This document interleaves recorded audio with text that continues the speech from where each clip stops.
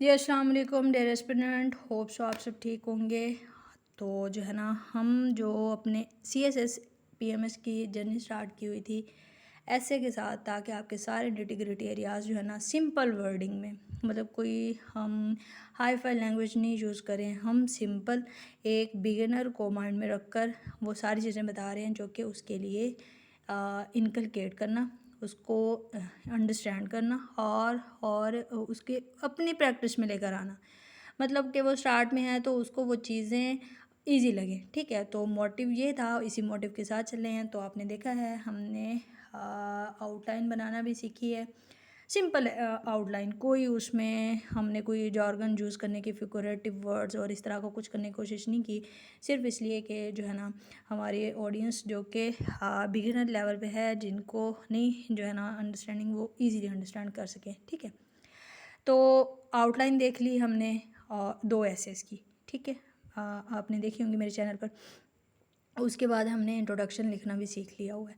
अब हम जा रहे हैं ट्रांजिटिव पैराग्राफ। तो सबसे पहले हमने पैराग्राफ राइटिंग पे 3 जो है ना वीडियोस बनाई थी, और वो 3 वीडियोस क्या कहती थी? वो 3 वीडियोस हमें बताती थी कि पैराग्राफ है क्या और कितने टाइप्स का होता है, और हम उस एक पैराग्राफ लिखने के इंग्रेडिएंट्स क्या हैं। ठीक है, तो अगर हम इन चीज़ों में क्लियर हैं तो हम आगे चलते हैं। अगर हम क्लियर नहीं हैं तो सबसे पहले CSS PMS इनसाइट्स पे जाएंगे। वहाँ पर वीडियो पैराग्राफ राइटिंग पे 3 वीडियोस पड़ी हुई हैं। हम उन 3 वीडियोस को देखेंगे कि पैराग्राफ होता क्या है और इसकी कितनी टाइप्स हैं। ठीक है, और हम पैराग्राफ को क्या के इंग्रेडिएंट्स क्या हैं एक पैराग्राफ लिखने के। ठीक है, अब वो देखने के बाद हमें क्लियर हो जाएगा कि पैराग्राफ कितने टाइप्स के होते हैं। और उसमें एक जो टाइप थी ना, बॉडी पैराग्राफ थी, वो भी आपने देख ली। और एक थी कि इंट्रोडक्टरी पार्ट के इंट्रोडक्शन जो है ना हम कैसे लिख सकते हैं, एक पैराग्राफ का ये पार्ट था। अब नेक्स्ट है पैराग्राफ में जो भी आप ऐसे लिख रहे हैं ना, उसमें ट्रांजिटिव पैराग्राफ्स आते हैं। ट्रांजिटिव पैराग्राफ का मतलब क्या? ट्रांजिशन से ही आपको श्योर है कि आपने जो है ना एक समझ लें डोमेन से या एक एंगल से दूसरे एंगल की तरफ क्या होना है, शिफ्ट होना है। तो जब शिफ्ट होना है तो हमें कुछ इस तरह की लाइंस चाहिए जो कि हाँ एग्जामिनर को, आप तो नहीं बैठे हुए ना, हम नहीं बैठे हुए, हम एग्जामिनर को नहीं समझा रहे कि अब हमारी बात का, तो हम क्या करते हैं कि हम कम्युनिकेशन स्किल्स में इस तरह के स्किल्स ये समझ लें या राइटिंग स्किल्स समझ लें, यूज़ करने की कोशिश करते हैं, जो कि हम खुद ही एग्जामिनर को हर बात क्लियर कर रहा होता है कि अब हम कॉजेज़ लिख रहे हैं, कॉजेज़ से अब हम शिफ्ट हो रहे हैं किसकी तरफ, इम्पैक्ट्स कॉज सॉल्यूशन की तरफ। तो ये कैसे होगा, ये हमारे यही चीज़ें बताएंगे जब हम ये सीखेंगे और इसको अपनी प्रैक्टिस के अंदर लेकर आएंगे। ठीक है, तो इतनी बड़ी तमहीन बात देने का मतलब था ट्रांजिटिव पैराग्राफ कौन से होते हैं, जो कि आपको एक एंगल से दूसरे एंगल की तरफ लेकर जाएं, और जो कि टोटली अपोजिट हो। मतलब कॉजेज़ हैं, ये एक एंगल है। ठीक है, इसके ऊपर आपने 5 से 6 पैराग्राफ लिखे हैं और आप शिफ्ट हो रहे हैं इम्पैक्ट्स की तरफ। अब देख लें कॉज और इम्पैक्ट दोनों डिफरेंट, टोटली डिफरेंट एंगल है। ठीक हो गया। अब इम्पैक्ट्स है, इसके भी आपके पास 5 से 6 पैराग्राफ हो गए, तो आपने वो भी लिख ली। उसके बाद आप शिफ्ट हो रहे हैं किसकी तरफ, सॉल्यूशन की तरफ। तो लाजमी बात है इम्पैक्ट से सॉल्यूशन की तरफ जाते हुए छोटा सा इतनी ही लाइंस का, या एक से एक आध लाइंस आपकी ज़्यादा हो जाएगी या कम हो जाएगी, कोई इशू नहीं है। तो क्या करेंगे आप, सॉल्यूशन के लिए भी क्या देंगे, ट्रांजिटरी पैराग्राफ देंगे, जो कि आपके कंक्लूजन को जो है ना शो करेगा। अब इसमें जो भी वर्डिंग यूज़ की हुई है ये मेरी अपनी स्किल्स हैं। आप में से हर एक बंदा जो भी यूज़ करेगा वो अपनी स्किल के लिहाज से लिखेगा, ऐसे लिखे किसी और तरीके से लिखे, वो उसका अपना तरीका है। सिर्फ आपने यहाँ पर स्किल सीखनी है कि कॉजेज से इम्पैक्ट, इम्पैक्ट से सॉल्यूशन की तरफ जाते हुए हमने किस तरह के ट्रांजिटिव पैराग्राफ लिखने हैं, that's it. Causes: after studying the resurgence of terrorism in Pakistan and its current standing in historical perspective. अब ये लाइन्स कौन सी हैं?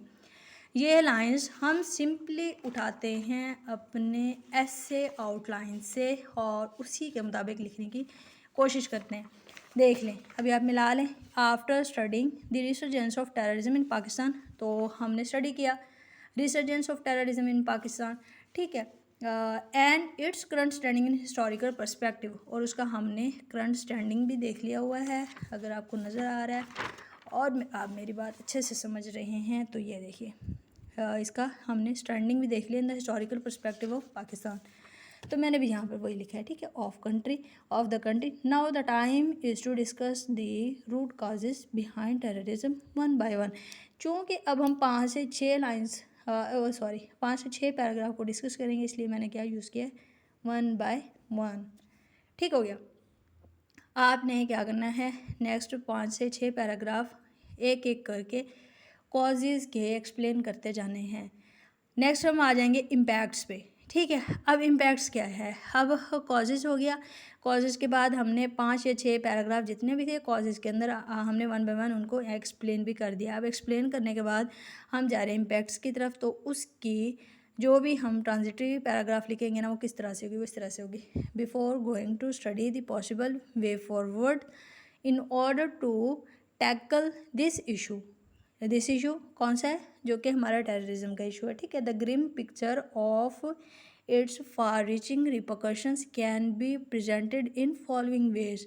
अब वो कह रहा है जो इसकी ग्रिम पिक्चर है ना, किसकी, टेररिज्म के इम्पैक्ट्स की, फॉर रीचिंग इम्पैक्ट्स की, हम उसको क्या कर सकते हैं, हम फॉलोइंग वेज में क्या कर सकते हैं, डिस्क्राइब कर सकते हैं। जो कि आपने फिर 5 से 6 जितने भी इम्पैक्ट्स हैं वो आपने नीचे एज सच डिस्क्राइब कर देने होते हैं। अच्छा, अब कॉजेज़ भी हो गए, इम्पैक्ट्स भी हो गए। अब हमने जाना है सॉल्यूशन की तरफ। सॉल्यूशन की तरफ जाते हुए हमने फिर से क्या यूज़ करना है, एक समझ लें कि हमारे पास फिर से ट्रांजिटिव लाइन आ जाएगी। ट्रांजिटिव लाइन सॉल्यूशन के लिए किस तरह से बन सकते हैं, दो terrorism has multiple challenges for the country comma it can be controlled by taking holistic steps as mentioned below. अब आप देख रहे होंगे कि मैंने यहाँ पर यूज़ किया 1 बाय 1 और कॉलन लगा दिया है। यहाँ पर मैंने यूज़ किया कि for reaching repercussions can be presented in following veg. ठीक है, फॉलोइंग वेज किया है। और इसी तरीके से जब मैंने सॉल्यूशन के बारे में बात की है तो मैंने क्या किया, by taking holistic steps as mentioned below.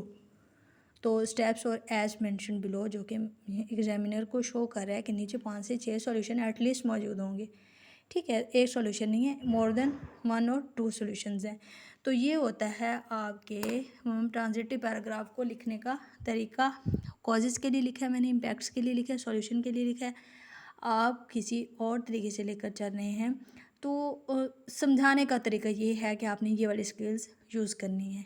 आप एक एंगल से दूसरे एंगल की तरफ शिफ्ट हो रहे हैं ना, तो शिफ्टिंग के दौरान अब्रप्ट नहीं जाना है आपने ना, क्योंकि वो उसका ऑर्गेनाइजेशन उसकी जो है ना कोहेरेंस समझ लें फिर ब्रेक हो जाएगी और एग्जामिनर को पता नहीं चल सकेगा कि आप कॉजेज़ लिख रहे थे एकदम से नेक्स्ट आप इम्पैक्ट की तरफ आ गए हो।